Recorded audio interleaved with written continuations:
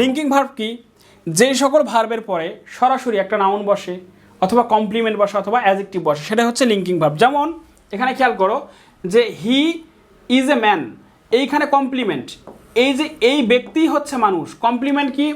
যে subject complement এবং object complement. Complement আছে দুই প্রকার। হ্যাঁ, সাবজেক্ট সম্পর্কে যখন সাবজেক্ট কমপ্লিমেন্ট হচ্ছে সাবজেক্টের অভিন্ন রূপ। হি এবং এ ম্যান একই কথা। এখানে কমপ্লিমেন্ট এবং সাবজেক্টের মাঝে সম্পর্ক স্থাপন করেছে। আবার রহিম ইজ অ্যাংরি, এখানে এই যে রহিম অ্যাংরি, এখানে সরাসরি অ্যাডজেক্টিভ বসেছে। এই ভার্বটাই হচ্ছে লিঙ্কিং ভার্ব।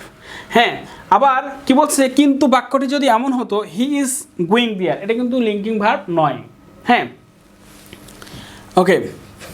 চেনার উপায় কিভাবে আমরা চিনব লিঙ্কিং ভার্বকে? সাধারণত এখন এই যে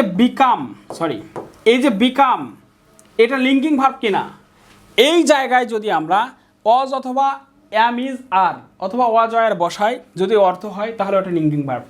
যেমন রহিম ইজ রিচ, এখানে ওয়াজ রিচ, এটা রহিম বিকাম রিচ, এই বিকামের পরিবর্তে আমরা ওয়াজ দেই তো হয় কিনা, রহিম ওয়াজ রিচ, অর্থ কিন্তু হচ্ছে, যার ফলে এখানে বিকামটা হচ্ছে কি ভার্ব? Linking verb. আবার ফারুক অ্যাপিয়ার্স হেলদি, এখানে যদি আমরা অ্যাপিয়ার্সের পরিবর্তে দিই ফারুক ইজ হেলদি, অর্থ হয়, তার মানে এখানে অ্যাপিয়ার্সটা হচ্ছে লিঙ্কিং ভার্ব। আমাদের দেখতে হবে এই ভার্বটাকে চেঞ্জ করে, এখানে যে ভার্বগুলো থাকবে এই ভার্বকে চেঞ্জ করে দেখতে হবে যে এই অ্যাম ইজ আর অজয়ের দিয়ে অর্থ হয় কি না।